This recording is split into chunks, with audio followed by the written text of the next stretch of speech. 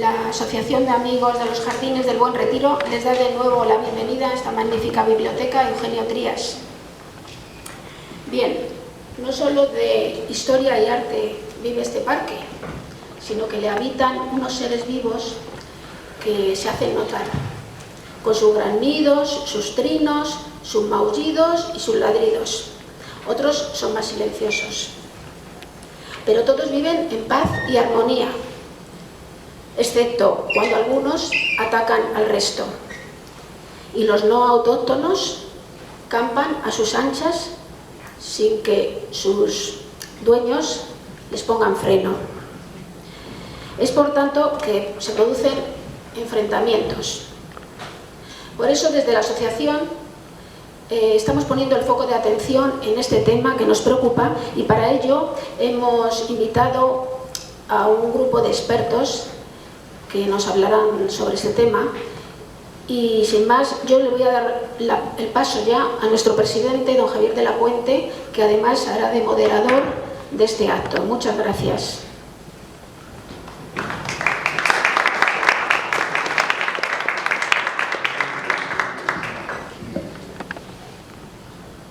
Buenas tardes. En primer lugar, agradeceros vuestra presencia a esta nueva conferencia de la Asociación de Amigos de los Jardines del Buen Retiro.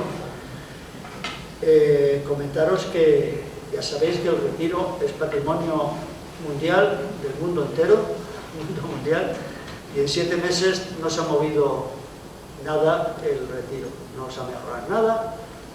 Esperemos de que empiece el ayuntamiento a mejorar las cosas que tenemos pendientes, como la montaña artificial, como el estanque Ochavado, como una serie de cosas que están desde hace mucho tiempo pendientes. Aquí estamos reclamando que toda la fauna tiene que estar coordinada por alguien, porque no puede ser que los perros últimamente anden sueltos todo el día, que se meten en los jardines de Cecilio como si se pudiese entrar y nadie vigila, o están vigilando muy poquito. Entonces creemos que vamos marcha atrás y es lo que no queremos. Queremos que el ayuntamiento ponga un coordinador que diga: los perros hasta las 10 pueden estar o no pueden estar. El estanque del Palacio de Cristal, lógicamente no deberían de estar los perros porque muerden a los patos, porque el último cisne que había pues murió por la mordedura de un perro. Entonces no puede ser, no es lógico que nos hayamos quedado sin un cisne negro, que a unos les puede gustar más y a otros menos, pero era un cisne negro. Entonces, desgraciadamente no pueden meter otro, según cuenta el ayuntamiento, porque tiene que meterlos por parejas o algo así, no encuentra. ¿Qué ha pasado de las ardillas? Pues nadie sabe qué ha pasado de las ardillas. Prometieron meter 50 parejas y todavía estamos esperando. No sé si serán compatibles, no serán compatibles con las cotorras argentinas, no lo sé. Por eso estamos pidiendo un coordinador. Porque yo no sé si estos señores saben más de la fauna que nosotros y nos expondrán su punto de vista. Y bueno, sabéis que el Jardín del Buen Retiro tiene es un gran patrimonio que tiene muchos valores, y uno de ellos es la fauna que tiene, no cabe duda, que tiene una fauna autóctona, una fauna de paso, una fauna invasora y una fauna que es, por llamarla de alguna manera, la doméstica. El día 13 de mayo, si no recuerdo mal, hablaremos de la fauna doméstica, o sea, de los perros, los gatos, etc. Hoy no queremos, alguno a lo mejor comenta algo sobre los perros, sobre los gatos, pero en principio esto está dedicado a la fauna silvestre. Y ¿qué más os puedo decir? Hemos invitado al director general de Patrimonio, digo, de Patrimonio Verde, al coordinador general de Medio Ambiente, al director general de Aguas y Zonas Verdes, al subdirector general de Viveros, y bueno, yo creo que por parte del ayuntamiento no ha venido nadie. Y es triste, que se lo pedí hace 15 días, y bueno, pues queríamos que estuviese aquí y nos dijese: bueno, pues vamos a establecer un coordinador, o podéis dirigir a él, o no sé. Después dicen que nos metemos con ellos. Al final de las conferencias podemos tener unos diálogos, unas preguntas, por si queréis preguntar tanto a ellos, que son los expertos, como a la asociación. Y no lo sé, le daré media hora a cada uno de ellos. Tú, Félix, si Yo estaré poco. Estarás poco. Bueno. Entonces quiero presentaros a los intervinientes. Félix Sánchez, que está aquí en la mesa conmigo, que es de la Asociación Vecinal Retiro Norte, que es biólogo, que es vecino del parque y vive muy cerquita, y nos hablará sobre la gestión deseable de la fauna del Retiro. Por otra parte, nuestro compañero en este tema, Antonello, que es colaborador nuestro, pues nos ha dejado unas fotos que quería poner sobre la fauna del Retiro y las va a poner Félix y comentar si es necesario.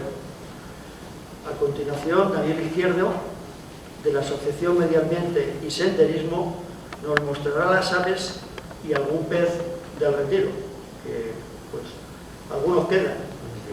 Yo me acuerdo de pequeño que los estanques tenían peces de colores, pero en las rías también había peces de colores. Hoy no puede vivir nadie en las rías porque están blancas, no sé por qué, el agua está blanca. Y por fin Diego Gil, que es doctor en biología, zoólogo, y hablará sobre los insectos y otros artrópodos.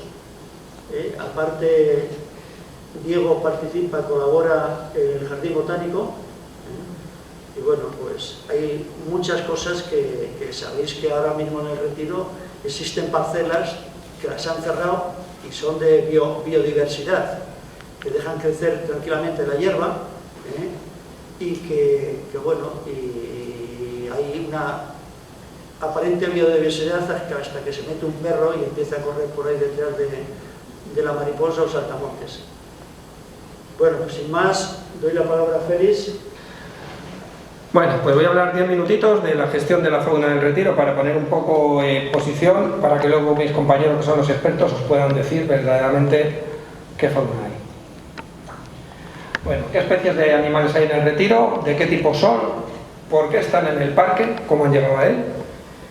¿A qué problemas se enfrentan y cómo podrían gestionarse mejor? Estas son las ideas que nos interesa que se queden claras de la conferencia de hoy, ¿vale? Bueno, en la fauna del Retiro hay, por un lado, hay invertebrados, que son tanto terrestres como aquellos que tienen una fase acuática. Hay peces que son introducidos, pero que viven aquí todo el año. Anfibios, es bastante pobre la fauna de anfibios que hay. Actualmente solamente cría la rana común y el galipato le hemos visto algunos años. No sabemos si hay una población o son sueltas. Antiguamente había más especies, pero que crían ahora prácticamente estas dos, y tiene que ver con la gestión de zonas acuáticas.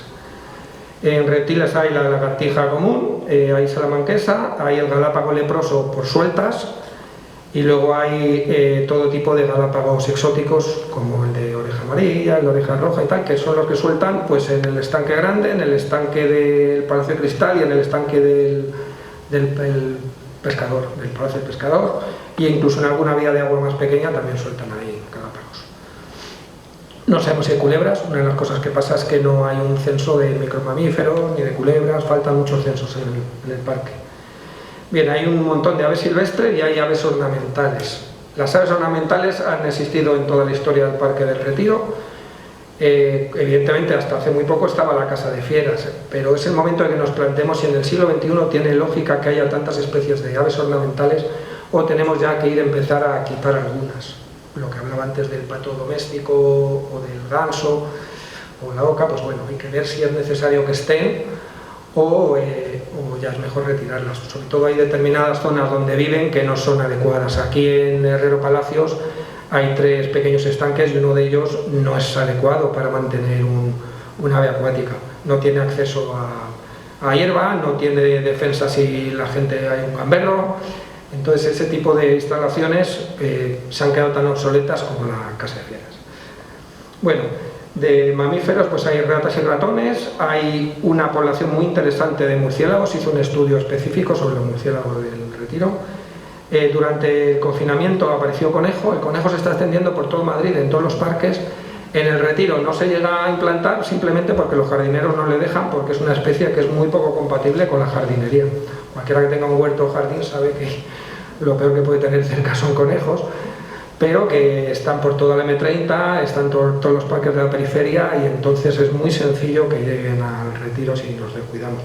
Hay avistamiento de conejo, luego el gato doméstico, que como hemos comentado antes daría para un monográfico sobre el tema de los gatos, pero que es verdad que tuvimos una conversación con los de Algar, son los que llevan la gestión de los gatos, y lo que no puede ser es que no esté coordinado con la gestión de la fauna. Si queremos que haya gatos en el Parque del Retiro, tiene que estar coordinado con el resto de la gestión de la fauna. O sea, dónde se pueden poner colonias, qué tamaño tienen que tener, eso tiene que haber un gestor que colabore con estas asociaciones para que haya intercambio de información, pero que se tenga en cuenta, ¿vale? O sea, no puede ser algo autónomo de no, yo me cuido de los gatos y da igual donde estén, no.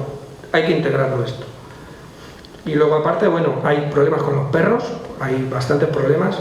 Estuve leyendo en la hemeroteca, ya en los años 90 había, por ejemplo, perros salvajes que atacaban a los gatos, a los gatos, a los patos, o sea, hubo ya ataques. Estamos un poco mejor, pero sigue habiendo problemas con los perros. Y bueno, pues caballos, pues hay un problema con las heces, que ya lo hemos comentado, que deberían de empezar a limpiarlas. Bien, lo prioritario para la fauna es la necesidad de que haya censos de fauna. Los censos de fauna ya se plantean en el Plan Director del Arbolado. El Plan Director del Arbolado es un documento oficial que se hizo para gestionar el Retiro, es el único documento oficial que hay sobre gestión del Parque del Retiro, es muy completo, lo hicieron especialistas, y ya apunta que ese documento tiene que irse ampliando a un Plan Director de Fauna.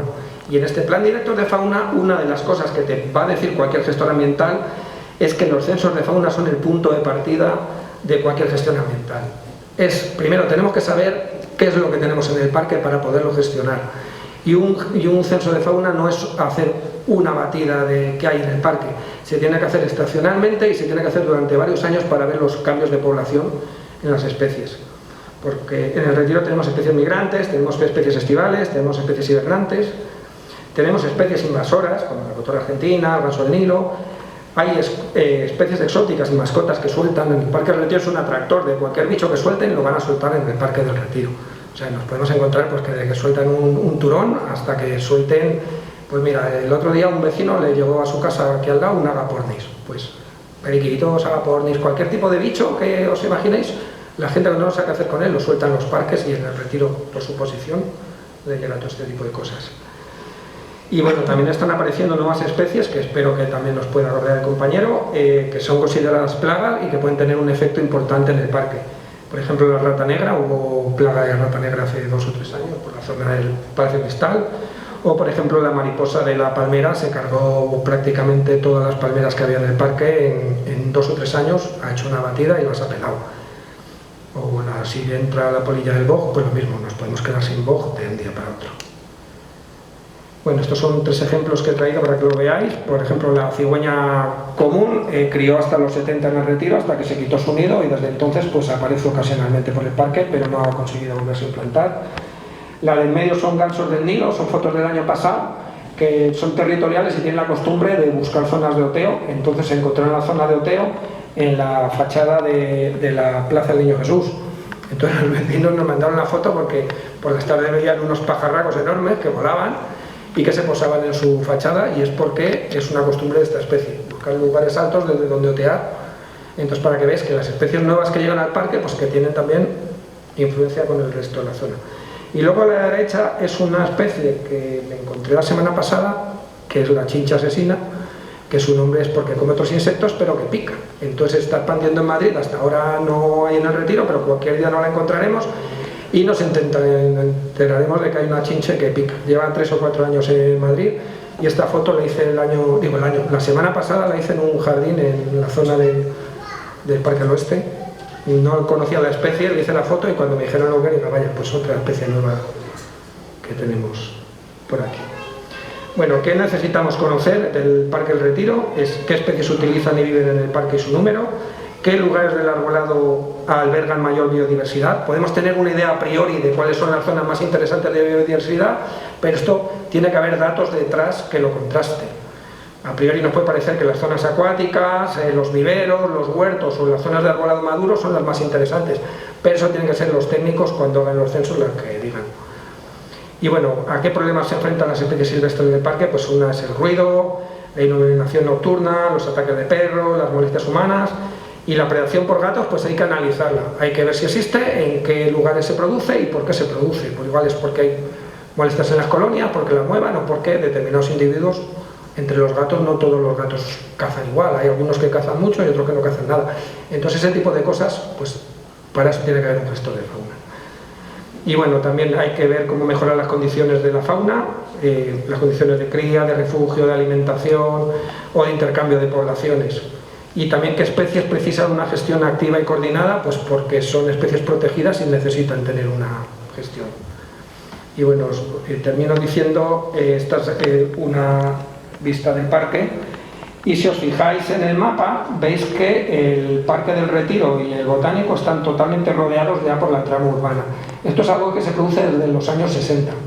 Hasta los años 60 había acceso de la fauna desde el campo al Parque del Retiro, pero en los 60 se urbanizó ya todo y se perdió este contacto. Entonces, de una manera u otra, hay que plantearse a medio plazo recuperar unos corredores ecológicos para que la fauna tenga acceso más fácil desde el exterior de la ciudad hasta el centro.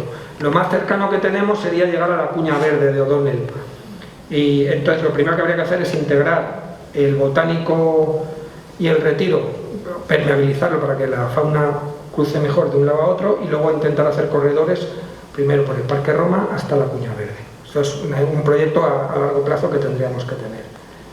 Y bueno, por último, ¿qué esperamos que mejore con el paisaje de la luz? Pues que haya un plan director de fauna o de biodiversidad, como quieran llamar, que haya un gestor de fauna de todo el paisaje de la luz, o al menos del Parque del Retiro, con una estrategia mejora de la biodiversidad del parque, pues que haya zonas y acciones de fomento de la biodiversidad, que haya al menos alguna zona acuática naturalizada y protegida. Para esto tenemos un ejemplo muy bueno, que a ver si nos lo puede contar, en el Botánico, de cómo hay una zona acuática naturalizada, que yo creo que puede ser el ejemplo que podemos intentar imitar en el Parque del Retiro.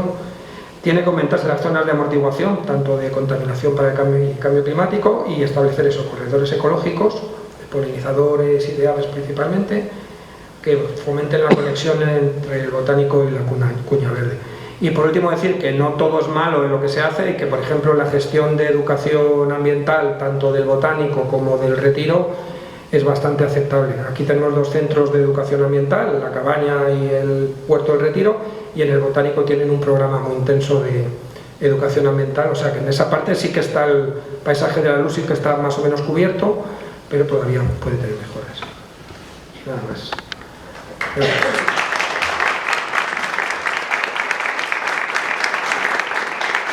Pues vamos a empezar un poco la importancia de lo que es poner en valor y conocimiento lo que tenemos en un parque como es el Parque del Retiro, y yo lo he enfocado un poco en cómo la información que voy a transmitir es una información técnica, científica y basada en la ciencia ciudadana. Os voy a presentar una aplicación que vais a conocer, y los datos que yo doy digamos que no son reputables porque son datos de millones de personas y cientos de datos que se van recogiendo y se hace un tratamiento científico y técnico de los mismos. Por lo tanto, ya hay censos especializados y concretos durante todo el año, día a día, semana a semana, del Parque del Retiro, y ahora lo vais a poder ver. Bueno, ¿cómo saber las especies que habitan en el Parque del Retiro? Pues como estaba comentando, ¿no? Para gestionar y conservar lo que tenemos hay que saber muy bien lo que tenemos y en qué valor, y en qué numeración, en qué estaciones, en fin, hacer censos continuos a través de la observación, que es lo que hacemos varios vecinos del parque o visitantes. Tenemos observaciones que cualquier ornitólogo que pase por aquí pues hace su lista en una aplicación que ahora la vamos a presentar. Y bueno, la aplicación es IBER, que es una aplicación a nivel mundial la que mayor datos recoge en todo el planeta. O sea, es una aplicación que ahora iremos profundizando un poco para que veáis la calidad de los datos, que es lo importante, ¿no? Os voy a hacer un pequeño resumen de lo que sería IBER, la relevancia que tiene esta aplicación, ¿no? Es una aplicación americana, para que veáis una idea, siempre se habla de los militares en el más sentido y ahora está muy en auge. Los norteamericanos paralizan todos sus satélites militares para ver la migración de las aves. Entonces ellos hacen controles de aves a través de satélites digitales, en el espacio, para intentar saber qué migración, cómo puede afectar al tráfico aéreo, cómo puede afectar a la luminosidad de las ciudades. En Nueva York se apagan los edificios por la noche cuando hay migración, gracias a toda esta información que se van teniendo pues, con medios como lo estamos comentando. Llevan más de 20 años recogiendo datos y, como veis, tienen más de 1.000 millones de observaciones de aves. Esto significa que constantemente personas, científicos, ornitólogos, aficionados, vecinos, vecinas, cualquier persona que pase por un parque pues, o cualquier entorno natural, puede ir haciendo sus anotaciones y subirlas a tiempo real, que es la novedad, ¿no? Las nuevas tecnologías nos permiten que podemos estar en cualquier parte del mundo haciendo observaciones y las podemos subir a tiempo real para que la gente vea y los científicos puedan tratar esos datos y las especies que estamos viendo. Como decía, yo siempre me gusta poner en valor lo que es todos los programas de ciencia ciudadana. Digamos que aplicaciones como esta ha democratizado la participación ciudadana en cuanto a la ciencia, que siempre pensaban que los científicos pues, eran una élite, que sí lo siguen siendo, pero aún así han abierto a que todos los ciudadanos podamos participar en aportar datos con muchísimo valor. ¿Quién está detrás o quién acredita, ¿no? todos estos datos o esta aplicación? ¿no? Pues hay una universidad americana de Nueva York, el Cornell Lab de Ornithology, que ahí en Nueva York pues tienen una universidad y tienen una oficina, una reserva que tiene allí. Permanentemente 250 científicos están tratando esos datos y luego tienen 75.000 colaboradores directos que les hacen validar o verificar esos datos. ¿Vale? No es que yo suba pájaros así como así, sino si yo subo una lista que es errónea, voy a recibir mensajes y me van a pedir explicaciones de los datos que estoy ofreciendo, ¿no? Por eso pongo al final que hay revisores ornitológicos en cada región del planeta.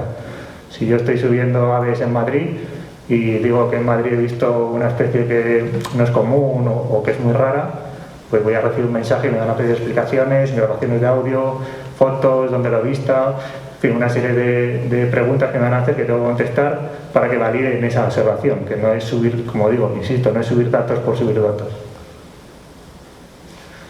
Bueno, en el retiro, que es lo que nos conlleva la charla de hoy, son datos que se han sacado de la página del Ayuntamiento de Madrid. Entonces, bueno, como veis, son más de 1 millón de metros cuadrados, ¿no? Divididos en zonas verdes, que son 113 hectáreas. Ahí se incluirían, aparte, los viveros y las estufas. El número de árboles yo sospecho que ha disminuido con la Filomena, pero bueno, están en más de 19.000 árboles ejemplares y arbustos unos 7.922. La importancia de tener este pulmón verde es relativo, ¿no? Yo creo que hay que empezar a adaptar los parques al calentamiento global. En el Parque Retiro hay especies botánicas que son muy sensibles y debemos incluso, ya sabéis que estamos en sequía, empezar a tener un valor de cómo regamos los parques, qué especies podemos tener. En cuanto a la avifauna, echamos en falta que no haya alimento natural. Básicamente las especies que hay aquí son muy específicas y las que están en paso se concentran en puntos muy concretos. Y bueno, nosotros haríamos una reivindicación de plantaciones de ciertos arbustos y árboles silvestres pues que den frutos rojos en otoño, por ejemplo. Hay ciertos parques de Madrid que lo comprenden y ya lo están gestionando, o sea que es viable, que no estamos pidiendo cosas extrañas y enriquecerían la botánica del jardín también. Volviendo a ver, los datos que tenemos a día de hoy en el Parque El Retiro son 138 especies observadas. No significa que estas 138 especies estén constantemente en el parque, ¿no? Aquí se contabiliza especies que están de paso.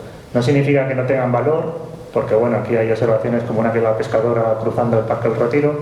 Es una observación importante para la migración, las rutas migratorias, pero no es una especie que tengamos que dedicarle gestión dentro del parque, ¿no? Actualmente en el día de hoy hay 1.227 listas del propio Parque El Retiro. Todas esas listas están corroboradas y certificadas por IBER, con 985 fotos, 15 vídeos y 9 audios subidos por los colaboradores, ¿no? de la aplicación. Que los colaboradores son personas como los que estamos aquí. La importancia de los datos, ¿no? Es muy importante tener censos, información verídica, real, a día de hoy, porque si no los datos enseguida se quedan muy desactualizados. Necesitamos saber constantemente dónde están las especies, en qué parques, en qué zonas del retiro. Nosotros ponemos anotaciones, incluso se pueden poner las coordenadas GPS. Entonces, bueno, las gráficas nos pueden indicar el aumento o disminución de una especie, ¿no? Por ejemplo, el gorrión pues está en declive en todo Madrid y especialmente en el Parque del Retiro, por poner un ejemplo. Estos son datos que se pueden corroborar gracias a que personas van contando los gorriones que van viendo en sus paseos. La fenología es la ciencia que está estudiando, pues en este caso las aves, los insectos, pues cómo van variando sus ciclos biológicos, cómo insectos empiezan a eclosionar antes, cómo hay pájaros que se adaptan a esa nueva eclosión, otros que no, y fracasan en su reproducción. Entonces también es muy importante, ya hay citas de golondrina, de avión común en Madrid, y estamos a 28 de febrero. O sea, esto significa que se están adelantando entre 2 y 3 semanas, muchas aves en venir a la península. Y luego la distribución, ¿no? Toda la distribución, cada vez que hacemos observaciones, se marcan puntos calientes en el mapa. Pensar en un mapa mundial, o sea, hay observaciones en la Amazonía, en Italia, en cualquier país del mundo hay observaciones y los mapas son a tiempo real, lo que nos permite, bueno, permite a los científicos estudiar muy bien la distribución y cómo se van centrando las especies. ¿Por qué podemos, a ver, qué aves podemos observar en el parque, ¿no? Ya nos han presentado unas cuantas. Mis fotos no son tan buenas, entonces bueno, vamos a intentar ver un poco las especies que tenemos dentro del parque, ¿vale? Como digo, es muy importante cuando hagamos observaciones de flora, fauna en general, que hay códigos éticos que están reflejados, pero digamos, la norma más importante sería el respeto, ¿no? El respeto hacia aquello que observamos. Y bueno, sobre todo ese respeto inculcarlo a las nuevas generaciones, que también es muy importante hacer, ¿no? Siempre generando las mínimas molestias y intentando pues hacer una observación lo más ética posible. He hecho una selección, no me da tiempo a contar las 138 especies, pero bueno, si ya muchas de ellas ya las habéis visto, tenéis el río común, el río capuchino, que es ahora en la época de invierno donde mejor se ve, carboneo común, carboneo rapinos. Como veis, son aves entre comillas fácil de identificar, todas tienen diferentes adaptaciones, todas ellas son básicamente residentes. El petirrojo, por ejemplo, lo tenemos ya residente en el parque durante todo el año, sí que es verdad que en invierno hay un volumen mayor de este ejemplar, de esta especie, pero como digo, es básicamente para que veamos el valor que tiene el Parque del Retiro, ¿no?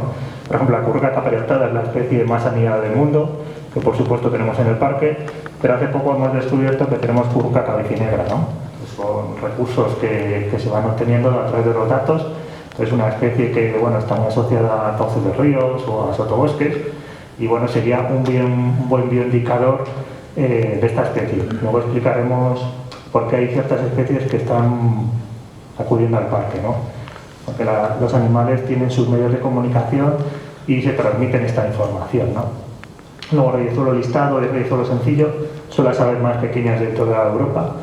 Pensar que una galleta amarilla pesa más que este pájaro, y este pájaro pues a veces hace migraciones dentro de la península pues que rozan los kilómetros, ¿no? Los centenares de kilómetros. El chochín paleártico, que le han cambiado el nombre hace poco, le han puesto un apellido bastante exótico, cría en el parque, en las zonas de la ría, ¿no? Entonces es otra especie que podemos observar y con suerte pues puede tener una zona tranquila y puede criar. Luego la urraca común, el pico tirapinos, y bueno, el pico menor, que es una de las grandes sorpresas del parque, se sospechaba hace años que había, y bueno, de forma, digamos, espontánea, un grupo de personas nos decidimos a poner unos comederos en una parte concreta del parque, y de forma constante, cada semana eran repuestos de los comederos, y gracias a esos comederos hemos podido detectar, ¿no? La finalidad del comedero que se pone es estacional. En ningún momento se pretende que los pájaros acudan al comedero de forma constante, sino es un aporte lo que se le quiere hacer para que pase mejor la estación del otoño y el invierno, que es cuando más escasea el alimento. Entonces, bueno, pues la fortuna o el insistir en poner los comederos pues nos permitió hacer esta observación del pico menor, que bueno, que es una especie que está en auge, la Casa Campo se ve bastante bien, Parque del Oeste. Entonces, bueno, como comentan, la necesidad de hacer esos corredores ecológicos es vital para tener una mayor biodiversidad y nosotros mismos, ¿no? Poder disfrutar de zonas verdes conectadas y poder transitar por ellas sin necesidad de ningún tipo de transporte, salvo nuestros pies o la bici o transportes totalmente sostenibles. Este es el pico ibérico, que la foto no es un pito ibérico, es un pito, este es el euroasiático, pero bueno, es prácticamente idéntico. El nuestro tiene una mejilla totalmente roja, este la tiene negra, pero bueno, el aspecto es el mismo. Y luego la bubilla común, que no es que la tengamos residente en el parque, pero ya se empieza a ver en esta estación, en primavera de paso, y es una especie que nos ayuda, sobre todo en Francia hacen muchísimo hincapié en esta especie, sobre todo para controlar la procesionaria. El Parque del Retiro, me imagino que lo explicará luego un poco, está aumentando la procesionaria, pues en Francia invierten bastantes fondos en aumentar la población o en que esa población se mantenga, ¿no? Porque está muy especializada en coger las pupas y bueno, pues la procesionaria debe ser parte de su alimento. Bueno, el mirlo. Y bueno, este año ha sido un año bastante bueno, no hemos tenido mucho frío, pero ha sido un invierno bastante flojito, pero hemos tenido un paso muy importante de zorzal común, zorzal alirrojo y zorzal real. Zorzal real también ha sido otra especie que hemos podido observar este año por primera vez. Zorzal alirrojo ha sido bastante bueno el paso que hemos tenido, y básicamente es que se concentra en zonas donde hay ciertos arbustos que dan fruto, y por eso se quedan aquí durante un tiempo. Se van alimentando de aligustres y demás. Pues es muy importante asociar las especies que vamos viendo a las necesidades que tienen y las mejoras que podrían aportar al propio parque, ¿no? Pinzón, el pinzón también se va asentando en el Parque del Retiro, muy residual, pero sí que se van viendo parejas y demás. No queremos que críe en el parque, pero bueno, es otra especie que nos indica que, bueno, que el Parque del Retiro hace su parada de invernada, digámoslo así, y bueno, pues encuentra su espacio, ¿no? Su ecosistema. Gorrión común, otra sorpresa es el gorrión molinero, que lo detectamos hace 2 años también, y bueno, pues es un gorrión, las dos especies están bastante en declive. El gorrión común prácticamente, sabéis que en Londres o en París, en Londres se da por extinguido. Cuando vienen los ingleses aquí a ver gorrión se quedan muy sorprendidos de que Madrid tenga esa alta densidad, pero bueno, hemos perdido más del 40% de la población de gorriones, para que veáis un poco los datos drásticos que tenemos. El gorrión molinero es una especie que está muy asociada al campo, en la casa campo se ve bien, en parques así mucho más abiertos, pero bueno, es buena noticia que el Retiro vaya teniendo estas especies, ¿no? El gibeo lugano, que es otra especie no exótica, ¿no? Porque son silvestres, son peninsulares, pero es una especie que no es normal verlo en el parque. Pues este año también hemos podido ver ejemplares del lugano, o sea que habría que reforzar esos espacios donde se van viendo estas especies para sentarlas y para conseguir que el parque tuviera una mayor diversidad, ¿no? Y ponerla en valor. El verdecillo, este seguramente ya lo estáis viendo en las calles de Madrid, es un pájaro, como veis, que parece un limón. Es el macho, se pone siempre arriba del todo y empieza a cantar como si el aceite, estamos hirviendo un huevo, pues es el sonido del aceite, pues hace un sonido parecido. Verderones, tenemos una población en el Retiro bastante importante, también de picos gordos, que son pájaros extraordinarios que son capaces de reventar el pico de la aceituna con su pico. En fin, la paloma torral que habéis comentado, la bandera cascadeña también se ha detectado en el parque, que es una especie que está asociada a cauces de ríos con cierta calidad de agua o entornos acuáticos con buena salud. La bandera blanca, que está en expansión debido a Mayor Río ha ejercido una presión positiva de la fauna, sobre todo la avifauna, atrayendo a esa fauna a ese entorno, ¿no? Pues el Mayor Río nos permite que esa fauna se vaya extendiendo a otras zonas verdes, ¿no? El mito que nos han contado de él, el agachador. Y bueno, pues otra especie novedosa, ¿no? En cuanto a las observaciones sería el piquituerto, ¿no? Que es esta especie que veis ahí, que tiene el pico uno montado sobre otro, está especializado en pinares, lo que hace es abrir las piñas y comerse el piñón, no el piñón que como del pino piñonero, sino todas las piñas tienen un piñón, pero no todas tienen esa protección, esa cápsula, pero bueno, está especializada en abrirlos y alimentarse de ellos, ¿no? El jilguero, los autillos, ¿no? Que uno pise en el parque el rescate de un pollo autillo. Todas estas especies, pues bueno, nos van indicando, estaremos pendientes estas semanas porque el autillo empieza a verse ya en la península, ¿no? Y entonces, bueno, nos va detectando, nos va indicando cómo el verano o la primavera se va adelantando, ¿no? Los vencejos comunes, sabéis que son los mayores aliados de las ciudades, los vencejos, las golondrinas, los aviones comunes. Sin ellos habría que fumigar las ciudades. Pensar que cada ejemplar de vencejo de golondrina, de avión común, se come entre 5 y 10.000 mosquitos al día. Si no se comieran esa cantidad de insectos, tendríamos nubes gigantes de mosquitos y probablemente habría que hacer algo con ellos, ¿no? En golondrina tengo citas de vecinas que viven por aquí que en sus patios interiores crían las golondrinas. Estamos en el centro de Madrid, ¿no? Cernícalo vulgar cría en la iglesia de, nunca sé el nombre, de Sidio Aranda, no sé cómo se llama la iglesia, San Clementinos, pues ahí cría una pareja Cernícalo vulgar y saca de media 3 pollos al año. Los azulones, ¿no? Que tenéis aquí, ha comentado antes Félix, yo voy a hacer un aporte. Mantener aquí patos domésticos es un riesgo genético para estas especies. Los patos silvestres, sobre todo los machos, cuando están en época de celo, entran en un frenesí reproductor y se reproducen con cualquier otro tipo de pato. Entonces se generan híbridos. Esos híbridos siempre se dice que son estériles, pero no todos son estériles. Entonces pueden dar lugar a especies nuevas. ¿Es bueno o es malo? Pues genéticamente no es bueno. Y biológicamente tampoco sería recomendable. Porque no es una evolución, digamos, fortuita o natural, sino es una evolución de una especie nueva totalmente artificial. Luego tenemos garza real, que se ha detectado, gallineta, nos vino desde el botánico y cría aquí en el Parque del Retiro. De hecho, la importancia de tener una conciencia, una educación, un civismo de todas nuestras mascotas, de los perros, de los gatos, porque hacen una presión muy fuerte sobre esta fauna. El cárabo común, ¿no?, que lleva varios años ya criando en el parque y hace una buena función. Antes han hablado de que había plaga de ratas. Pues el cárabo es un especialista, ¿no?, en esa gestión, ¿no?, de esa fauna que a lo mejor no queremos en el parque, pues puede depredarla y hacer una buena labor. Bueno, voy a explicar un poquito las zonas, o recomendar las zonas donde podéis ver aves en el Parque del Retiro. Pues yo no veo el curso, bueno, sí, ya lo veo. Entonces, bueno, va a ser bastante rápido. El Parque del Retiro, bueno, tiene zonas de alto valor, sobre todo toda esta zona de planteles, que es una zona bastante tranquila.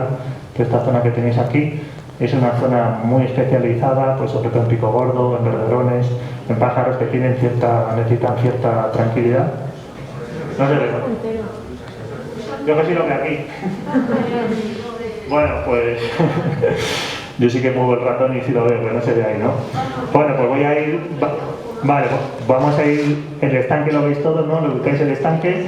Bueno, pues el estanque está conectado con dos rías, ¿no? Pues los dos rías tienen un valor muy importante porque tienen varias azudes de donde el agua da un saltito y se queda un pequeño remanso de agua donde las aves van a beber agua.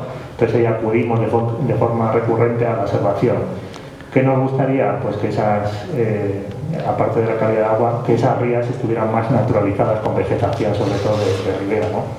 El propio estanque, ¿no?, es un estanque, pues, es que no sé cómo denominarlo, pues tendrá su valor artístico o ornamental, pero sí que lo mismo conocéis lo que sería la gestión, ¿no?, que tiene el lago de la Casa de Campo. Pues ahí se han hecho varias pruebas, hay zonas del lago de la Casa de Campo que está para barcas y piraguas, hay mucha gracia.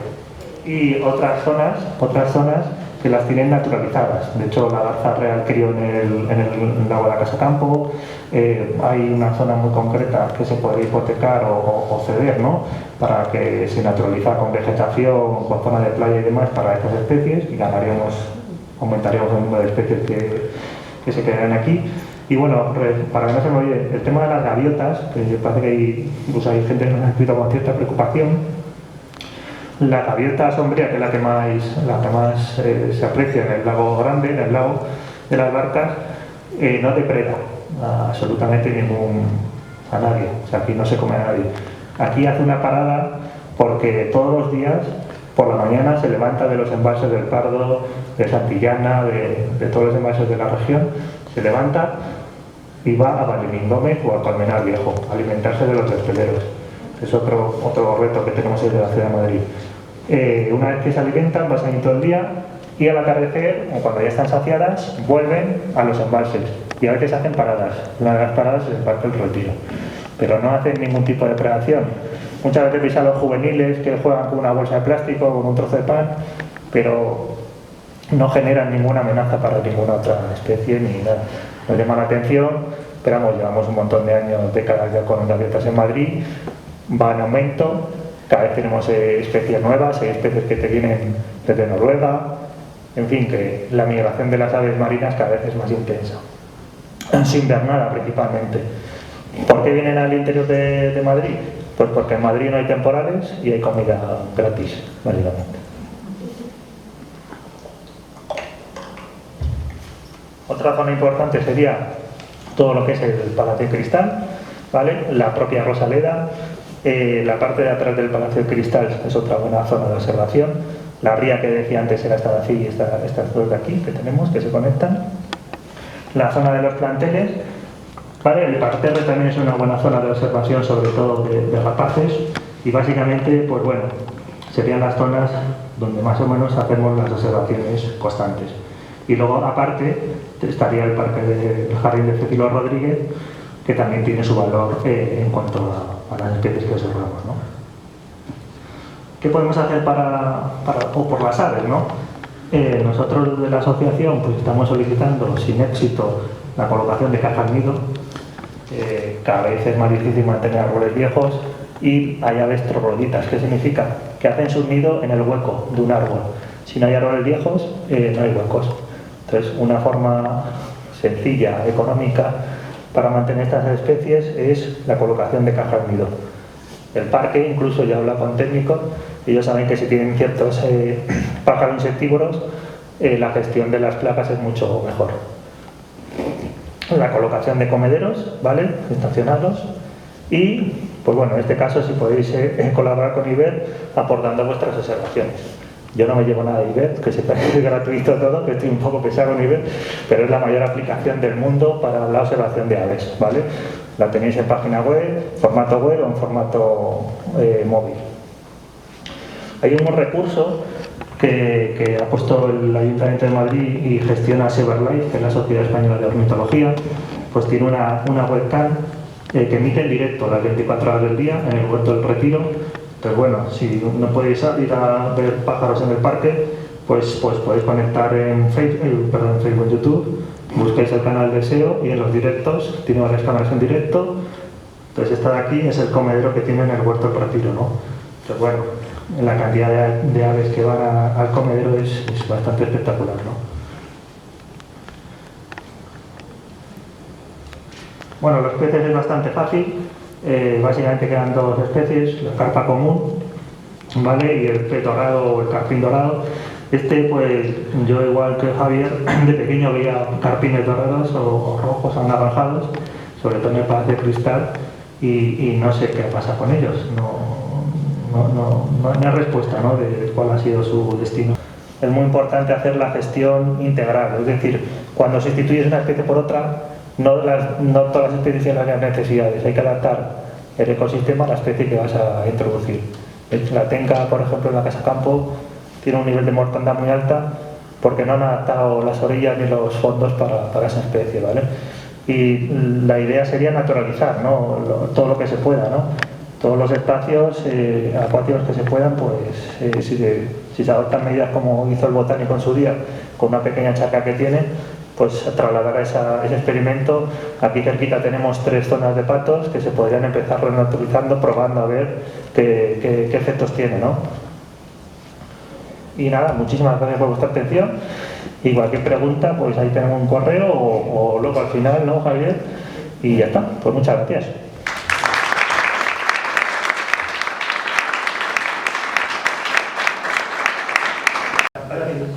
Al fin y al cabo, en insectos no hay puertas en el campo, y muchas veces lo que se conoce en el botánico o se conoce en otras partes, en otro botánico que hay en Madrid, que está en Moncloa, pues comparte mucha fauna.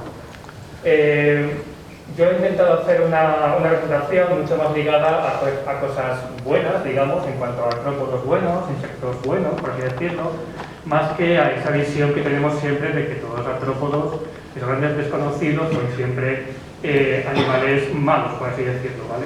Vamos a hablar obviamente de plagas y especies invasoras, pero quiero hacer foco en aquellas especies que no son totalmente desconocidas y sin embargo las tenemos día a día viviendo ante nuestros ojos.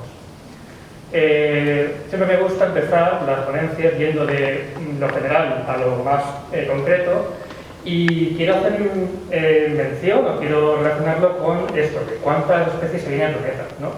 Esta imagen que vemos a continuación sería una imagen de cómo serían los seres vivos de acuerdo a sus proporciones, es decir, qué tamaño tendrían los seres vivos de acuerdo a su abundancia y cantidad de especies en el planeta.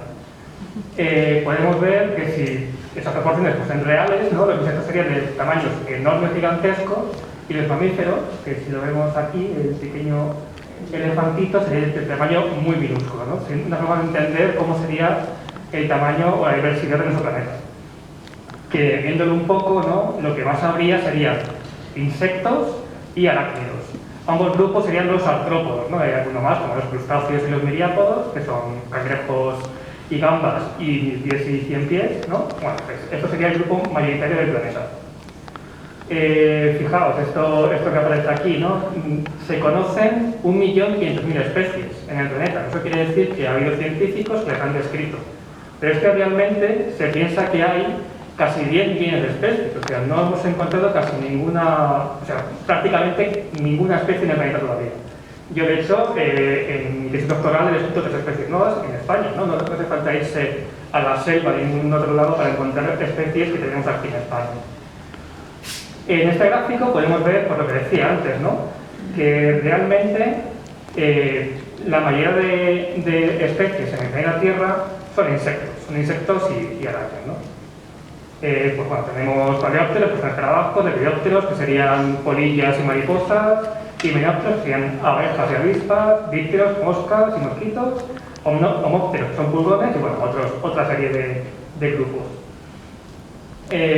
Vale, he dicho que hay unas especies que están descritas y otras que faltan por describir, ¿no? Pero realmente podemos ver esas proporciones, como antes. Aquí vemos los vertebrados, ¿vale? No sé si se ve bien. Realmente, de mamíferos, por ejemplo, quedaría solamente el 2% por describir de todo lo que hay, ¿no? de lo que se piensa que hay.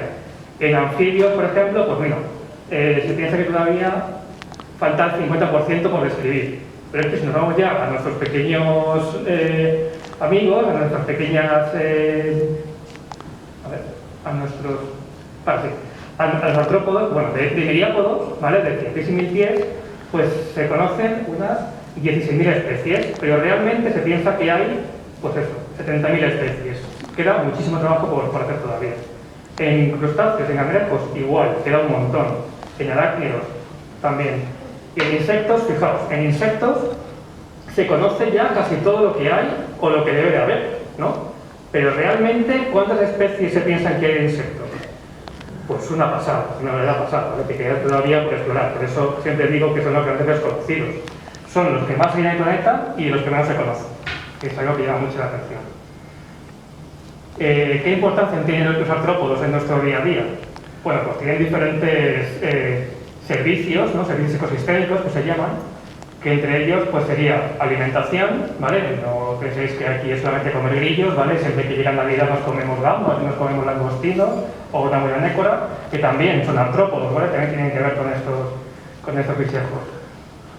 Otros servicios, pues bueno, también en conservación, en turismo. Hay turismo de mariposas, por ejemplo. Aquí en España no es un turismo conocido, pero en el Reino Unido, al igual que se hace un checklist de aves, ¿no? Hay que ver todas las aves, se ve todas las mariposas. Aquí en España, por desgracia, el turismo que tenemos de mariposas es extranjero, ¿vale? Viene gente de fuera a ver nuestras especies.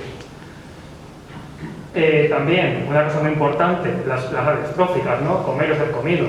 Los insectos, muchos de ellos son alimento para las aves, ¿no? En el momento en el que no haya insectos en nuestra ciudad, adiós aves, o comen frutos porque tienen ese tipo de alimentación, las aves insectívoras se ven a otra parte. Y también, muy importante, la polinización, ¿vale? Sin los insectos, sin abejas, se acaban las plantas, porque la mayoría de ellas son fructificadas, ¿no? Se reproducen a través de una abeja que va de una flor a otra flor. Y por último también el ciclo de los nutrientes, ¿vale? Hay muchos insectos que se comen animales muertos o bien excrementos, ¿vale? Y la formación del suelo. Son animales que hacen túneles por debajo. Vale, ¿por qué es importante? Bueno, imaginaos un mundo sin insectos que comen excrementos. Pues básicamente sería todo el mundo lleno de excrementos. Pues eso serían las dos cosas más importantes que hay que tener en cuenta con estos pequeños animales. Pero no todo es bueno, ¿vale? También hay aspectos negativos, entre ellos las plagas, la salud humana y las psicopatologías. En cuanto a plagas, pues bueno, hacen plagas en productos almacenados, el patrimonio, pueden afectar a especies, a individuos emblemáticos, infraestructuras, la carcoma, por ejemplo, pueden ser plagas agrícolas, o forestales, o urbanas, ¿vale? Que es lo que más nos toca a nosotros. En salud humana pueden producir alergias, venenos, aunque esto es raro, hay pocos artrópodos venenosos en la península ibérica, pueden ser vectores de enfermedades, ¿vale? Como las garrapatas, por ejemplo, en el campo, o directamente ser parásitos, como he dicho antes, las garrapatas. Y también las psicopatologías, es decir, hay mucha gente que siente aversión o asco directo por estos pequeños animales. Y de hecho, hay toda una hipótesis sociológica de la organización asco. Eso quiere decir que cuanto más estamos dentro de las ciudades, o más generaciones han pasado dentro de las ciudades, más asco producen los insectos, porque no ha habido una relación con ellos. Cada vez estamos más alejados de la naturaleza y cada vez nos parecen más y más exóticos, extraños, etc. Y al final en las ciudades cambia mucho la visión que tienen estos pequeños animales. ¿Cuál es la forma de combatir esto? Bueno, pues lo que hacemos aquí hoy, concienciación, ¿vale? Enseñar, divulgar y que realmente existen animales, insectos, que son realmente bellos, como lo que voy a traer a continuación, ¿vale? Esta mariposa, ¿vale? Es la Parnassus apollo, que es la mariposa que tenemos aquí, pero sí que está en la Sierra de Madrid. La mariposa apollo, bueno, porque me diga alguien que esto es feo, ¿no? Una mariposa de este color blanco, transparente, perlado, con esas manchas rojas, ¿vale? Y el inciso, ¿vale? Siempre hay la duda de, bueno, ¿cómo distingo una mariposa de una polilla? Bueno, pues es muy fácil, las antenas. Si vemos las antenas y están cerca, si esas antenas acaban en una pelotita, es una mariposa. Todo aquello que no, es una polilla. Más que no está aquí, que no encuentro de la foto, pero ya lo adelanto un poquito después. ¿Vale? Los nombres de las familias, da igual. Lo importante es ver lo bonitos que son estos bichos, ¿vale? Son mariposas de grandes tamaños, ¿vale? Casi una palma de la mano. Son mariposas realmente comunes. La de la derecha es una mariposa que es un endemismo de aquí, de la península ibérica y del norte de África, que es diferente a la mariposa muy parecida europea. La de la izquierda es el macaón, la derecha es chupaleches, ¿vale? Son mariposas, ya os digo, muy grandes, que se conocen bien en los jardines, muchas veces las encontramos colgando de muchas flores, de su tamaño, y sobre todo en cardos, ¿vale? Porque los cardos son plantas muy importantes para las mariposas. Parece que no resultan feos y desagradables, pero realmente tienen un montón de comida para un montón de insectos. Tienen realmente una cantidad de néctar que hace que vayan estas mariposas a ciertos lugares. Otra familia diferente, esta vez son un grupo de mariposas de colores blancos, pálidos, pero también amarillos, incluso naranjas, ¿vale? Llama la atención de estos colores tan vivos, sobre todo vemos esta de aquí abajo, ¿no? A ver, que marque aquí, ¿vale? Este color tan vivo, ¿no? Son mariposas que realmente parecerían que si no nos dicen que son de aquí, son tropicales. Bueno, a destacar es la mariposa de aquí, Pieris rapae, la blanquita de la col, es la mariposa más común de todo el mundo, prácticamente, una mariposa que está por todas partes, especialmente en Madrid, y especialmente en zonas donde hay coles, ¿vale? Blanquita de la col, muchas veces estos nombres dan pistas sobre qué comen. Una mariposa muy parecida a esta, la blanquita de la col, es su prima hermana, por así decirlo, que es la blanca de la col. Es una mariposa muy parecida, mucho más grande, pero que también se alimenta de coles. Y también destaco esta, la Colias crocea, una mariposa también muy llamativa, que esta es la primera vez que la ves y dices, madre mía, esto se ha escapado de un invernadero de alguna parte, porque realmente tiene colores muy vivos. Otro grupo de mariposas, los licénidos, son un grupo de mariposas muy pequeñitas, que parece que son otra cosa, pero no son esas mariposas de pequeño tamaño. Me llama la atención una, que a lo mejor no os habéis fijado, pero realmente está en todos vuestros balcones, que es esta de aquí. Si tenéis geranios, es la celada de los geranios, o Cacerius marsali. Esta es la que nos destroza los geranios porque las larvas entran. Vale. Esta mariposa es una mariposa invasora que llegó desde África, pero no llegó cruzando el estrecho, como podemos pensar que lo más fácil. Realmente esta mariposa llegó por el norte de España, llegó por Cantabria y su colonización fue de norte a sur, pero viene de África. ¿A qué se debe? A que realmente hay un problema muy grande, que son, ya veréis un poquito más adelante, que son las cuarentenas de materiales. Muchas veces hay contenedores o plantas que tienen huevos o tienen larvas o tienen pupas de estos insectos y se llevan y se traen sin ningún tipo, ¿vale? Esto es el problema de la globalización, que al fin y al cabo no puedes poner puertas a nada y tenemos fauna de todo tipo y todo color y todo tamaño por todas partes, ¿no? De todas partes del mundo. Y bueno, esta mariposa es una mariposa muy común, la ícaro, Polematus icarus, que realmente no os habéis fijado, pero la habéis visto segurísimo. Esta familia, a mí la que más me gusta, los ninfálidos, lo que realmente son una explosión de colores y que no se parecen casi en nada. La más común de todas es esta de aquí, la palarge, ¿vale? Una mariposa de los muros, que es lo que se llama en castellano. Es una mariposa que le gusta muchísimo las zonas de sombra, las zonas más húmedas que podemos encontrar. Por ejemplo, en el jardín botánico hay zonas donde sí que encontramos muchísimas porque la humedad es muchísimo mayor.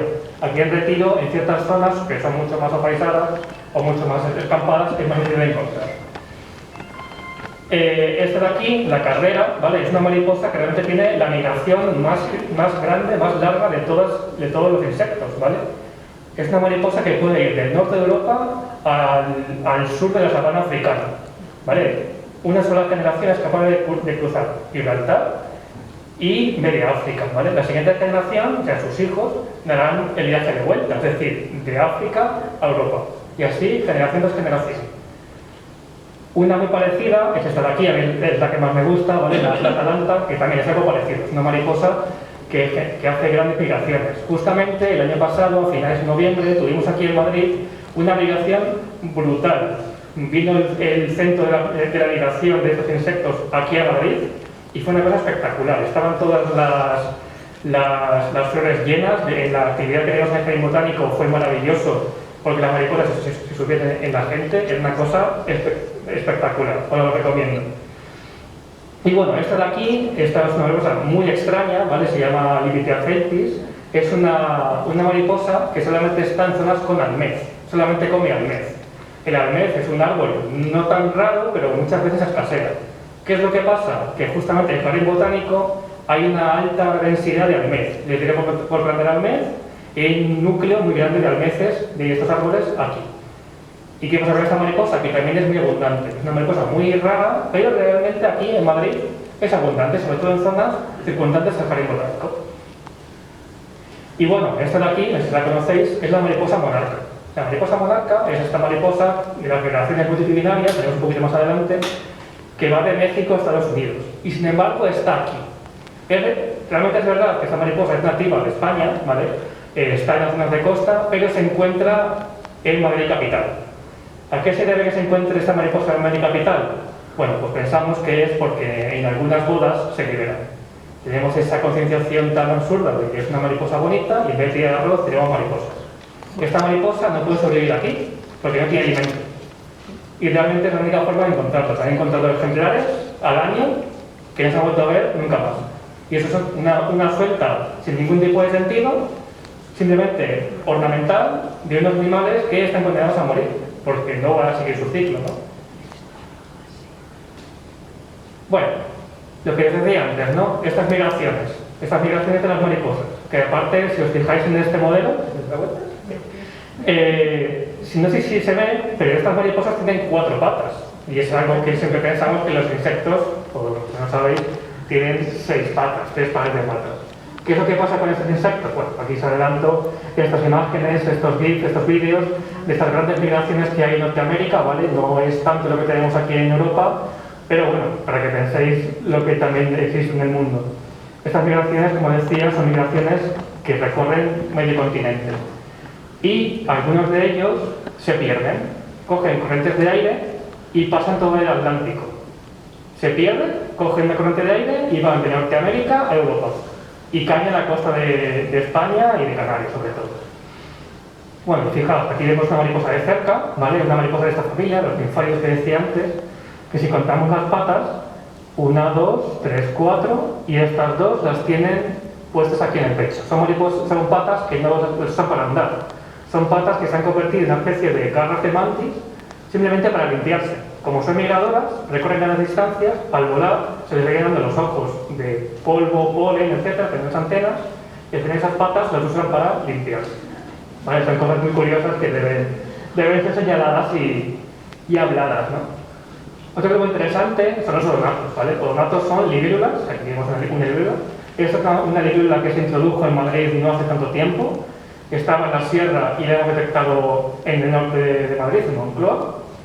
Y bueno, libélula y caballito del diablo, ¿vale? Son dos grupos de estas especies desaparecidas de Madrid y muchas de ellas han vuelto, ¿vale? Libélulas y caballito del diablo. Bueno, aquí vemos una de ellas, la libélula emperador, Anax imperator. Es una libélula muy muy grande, ¿vale? De tamaños casi más grande que una mano volando. Cuando la vemos volar es algo impresionante y es muy común realmente. Tanto en Retiro como en Jardín Botánico tenemos esta especie. Y bueno, podemos ver un macho y una hembra, ¿vale? La hembra siempre está aquí poniendo los huevos en el agua y lo que hace realmente es poner esos huevos y de ahí saldrán sus larvas, ¿vale? Estos bichos que parecen así tan raros son las crías, las larvas de estos animales. Y tiene una cosa muy curiosa, ¿vale? Y es que tienen esta especie de mandíbula de alien, ¿vale? Que realmente es una mandíbula que lo lanza como un gancho para atrapar a sus presas. Estos animales son muy importantes, ya que depredan larvas de mosquitos que también están en el agua. El hecho de que haya estanques o zonas de agua sin ningún tipo de manejo, ¿vale? Al final produce que haya eso, casi insectos indeseados que luego producirán las larvas de mosquitos y que nos pueden picar, ¿no? Si hubiese más facilidad para que hubiese estos insectos en el agua, ¿no? Simplemente son cosas tan básicas como intentar no secar las aguas, mantener zonas no muy grandes, si se ve el jardín botánico, aparte de nuestros lagos, sobre todo el naturalizado, que es el que tiene más vegetación, hay ranas, está más utilizado. Sí que es cierto que hay pequeñas zonas, como si fuesen cubetas de agua, de piedra, en ciertos sitios. Pues ahí, aparte de que siempre hay mosquitos, si estos insectos dejan sus huevos ahí, darán lugar más libélulas que se alimentarán de estos mosquitos, tanto en forma larvaria como en adulta, ¿vale? Aparte de los pájaros, las libélulas también depredan mosquitos. Bueno, las dos especies que hemos visto antes, de libélulas comunes, Estrelatum, es una libélula súper común de colores muy pardos, y otra que es muy parecida, pero tiene colores rojos muy vivos. Y aquí la vemos una cópula de estas dos especies, el macho y la hembra, que así es como se producen las libélulas, ¿vale? Una se engancha a la otra y van volando cogidas por el aire. Una cosa muy curiosa es esta especie de aquí, Titenis kirby, que es una libélula exótica, pero no artificial. Esta libélula se ha movido desde el norte de África hacia la península ibérica de forma autóctona, de forma normal, por así decirlo. Se localizó en 2007 en Málaga y poco a poco esta libélula ha ido dispersándose por toda la península ibérica, ¿vale? Incluso en Madrid, y ha llegado a cruzar los Pirineos, ¿vale? Esta libélula es capaz de moverse 300 kilómetros al año. Un insecto se mueve de aquí a Valencia casi sin ningún tipo de esfuerzo, por así decirlo.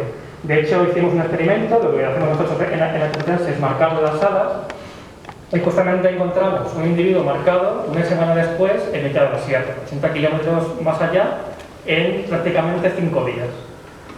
Y bueno, es que esta libélula tiene una cosa muy curiosa, y es que su distribución, su tipo de hábitat, es el de hábitat mediterráneo.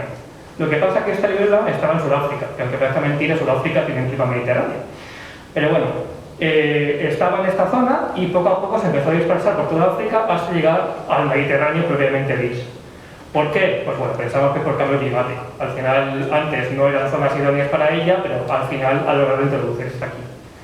Y una cosa interesante es que esta libélula la vimos por primera vez nosotros en 2015, no me acuerdo, aquí en Madrid, ¿no? Fuimos los primeros que la detectamos.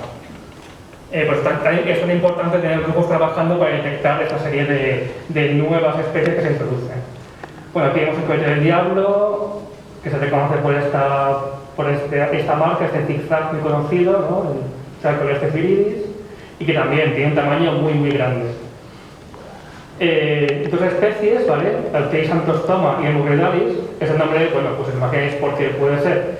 Hemorrhoidalis tiene aquí al final un color rojo, muy rojo, ¿no? Un color rojo en el culo, los científicos por el acceso le llaman Hemorrhoidalis. En fin, estas dos libélulas tienen una cosa muy curiosa, y es que son de aguas muy limpias. Son bioindicadores de aguas muy pulcras, muy limpias, con pocos contaminantes. Esta cohete del diablo casi nunca lo vemos en Madrid, casi nunca lo hemos visto. Pero, curiosamente, cuando fue, ya sabéis, la mascarilla, COVID, confinamiento, aparecieron después. Después de que cesara la actividad de estos muestreos, de este seguimiento, después de ese casi año, volvimos a hacer el seguimiento y encontramos estas especies que se habían bajado de la sierra. Porque al bajar nuestra actividad, se había recuperado un poquito el ambiente. ¿Qué pasó cuando volvemos a las andadas? Bueno, pues que ya se han vuelto a desaparecer de Madrid. Y sí que había registros de que estos animales estaban antes aquí en Madrid, ¿no? Y bueno, esta es un cohete del diablo, es el más común de todos, y sin embargo es un cabito del diablo que está desapareciendo, ¿vale? Hay dos especies muy parecidas, la que tenemos la Graelsi, que es la ibérica, ¿vale? Y luego está la elegans, que es los puntos naranjas que están por Europa. ¿Qué es lo que ha pasado? Que ha llegado el caballito del diablo europeo, ha llegado a la península ibérica y es capaz de hibridar con él. Y cuando hibrida, los hijos no son capaces de hibridar o de cruzarse con los ibéricos. Así que poco a poco está desapareciendo la especie ibérica, totalmente. Es un caso de extinción natural, por así decirlo, pero que merece ser estudiado, que todos conozcamos que esto pasa, ¿no? Que muchas veces no es que no hemos, o sea, hay muchas cosas que es por nuestra culpa, por el cambio climático, pero esto realmente no sabemos si es influencia humana o son procesos que ocurren de forma natural siempre en la naturaleza, ¿no? Bueno, y ahora sí, vamos a hablar de lo malo, por así decirlo. Voy a hablar un poco de lo malo. Tengo 3 casos, 2 casos de ciencias biológicas y 1 de plagas. Bueno, es importante conocer dónde estamos, porque conociendo dónde estamos podemos entender ciertas cosas. Hay un triángulo, ¿vale? El triángulo de la plaga lo llamo yo, que es Jardín Botánico, Retiro, Atocha. Son 3 grandes zonas dentro de Madrid, en el núcleo de Madrid, donde confluyen muchas vías diferentes. Por una parte tenemos Atocha, que llegan todos los trenes de toda España, aparte hay un pasadizo que llega por Renfe al aeropuerto, ¿no? Bueno, un poquito desviado pero llega, y luego tenemos los viveros. Como decía antes, los cargamentos, muchas plantas, muchos árboles no tienen cuarentenas fijadas. Entonces, muchas veces traen cargamentos y especies invasoras, como la chinche que ha enseñado antes Félix, ¿no? Que la chinche asesina se ha encontrado en Madrid de repente. ¿Y por qué ha sido? Bueno, pues podemos pensar un poquito que ha sido porque trajeron unos cargamentos de plantas totalmente infectadas, ¿no? Y bueno, hay muchísimos más casos de especies invasoras que empiezan en este triángulo. Voy a poner unos 3 ejemplos, ¿sí?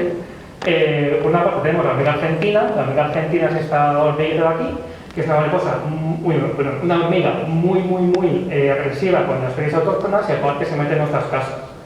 Desplaza a las especies nativas y aparte nos molesta. Es una hormiga que está por todo el mundo, ¿vale?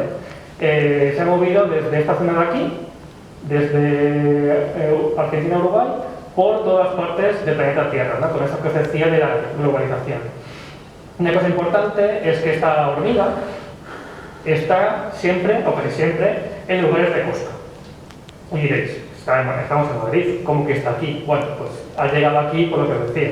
Se mueve un cargamento de plantas, un cargamento de tierra, y ahí dentro está esta hormiga que se logra establecer tanto en Jardín Botánico como en Retiro. Y hay una colonia muy grande de hormiga argentina.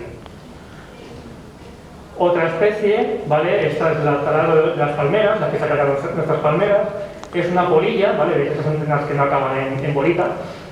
Realmente es muy grande y es muy bonita, ¿vale? Realmente, cuando la vemos en persona, justamente la vimos este año en la actividad que dio sección de Jardín Botánico, estaba yo hablando de ese tema y justamente por el también aparecieron 5 o 6 ejemplares y es algo espectacular. Bueno, esta polilla causa grandes daños a las palmeras. Siempre podemos detectarlas por esta forma, ¿no? Encontramos las hojas carcomidas, movidas, etc. Y al final acaban provocando la muerte de las palmeras. Hay un grave problema porque es una cosa incontrolable. Todo lo que se ha intentado hacer, que ha sido casi siempre embolsar las palmeras, no ha servido para nada. Y realmente, pues, yo no sé si están condenadas las palmeras aquí porque es muy difícil combatir estos bichos. Otra cosa muy curiosa, que a lo mejor os habéis fijado alguna vez, no en esta polilla, ¿vale?, que es lo más difícil de ver, pero sí en los jardines de Indias, sobre todo aquí en el Retiro y en el Jardín Botánico es una pasada. Todas las hojas tienen este amarillamiento, yo diría amarronamiento, que es que son las larvas de esta polilla que se alimentan de las hojas. Se alimentan de las hojas, las vuelven de color menos verde y al final produce menos clorofila, menos fotosíntesis y las plantas acaban muy mal paradas. Yo diría que todos los casinos de Indias de Madrid están infectados por esta polilla. O sea, no me suena ningún casino de Indias que diga, ah, mira, no tiene. Y cuando dices, vaya, no tiene, te encuentras una hoja que tiene. Así que sabes que dentro de X años va a empezar a multiplicarse la plaga de forma exponencial. Y ya por último, una cosa así un poquito más de juntar conceptos, ¿no?, son autillos, cucarachas y parásitos. ¿A qué se debe esto? Bueno, aquí vemos una foto de un autillo comiéndose un grillo de matorral, ¿vale?, un saltamontes, que sería una especie de buena calidad. Lo que pasa es que en la ciudad, en el núcleo de Madrid, no encontramos especies, muchas especies de insectos. Lo que sí encontramos son cucarachas. Al fin y al cabo, los autillos se ven forzados a dar de comer a sus crías cucarachas. ¿Y qué se ocurre a las cucarachas? Porque están infectadas de un parásito, de una especie de anisakis, por así decirlo, de un nematodo, que es el que produce esas placas en la garganta y que al final acaba muriendo el autillo. ¿Y a qué se debe esto? ¿Cuál es la forma fácil de hacer esto? Aumentar la cantidad de insectos que tenemos en la ciudad. No la cantidad, sino la diversidad. Peces potenciales, que puedan, polillas, mariposas, etcétera, que puedan dar de comer las especies que tenemos de aves a sus crías, porque al final tenemos este tipo de problemas, ¿no? Aquí vemos un grafiquito, ¿vale? Las rayas, estas serían la cantidad de cucarachas que tenemos, mientras esta línea sería la cantidad de pollos infectados. Veis que se parecen un poco, están un poco desplazadas porque los padres dan de comer a los pollos y luego se manifiesta la enfermedad en ellos. Parece que es una cosa totalmente devastadora en nuestra fauna nativa. Y ya por último, simplemente decir que en el mundo existen cosas que no vemos solo porque nuestros ojos detectan aquello que no sabemos.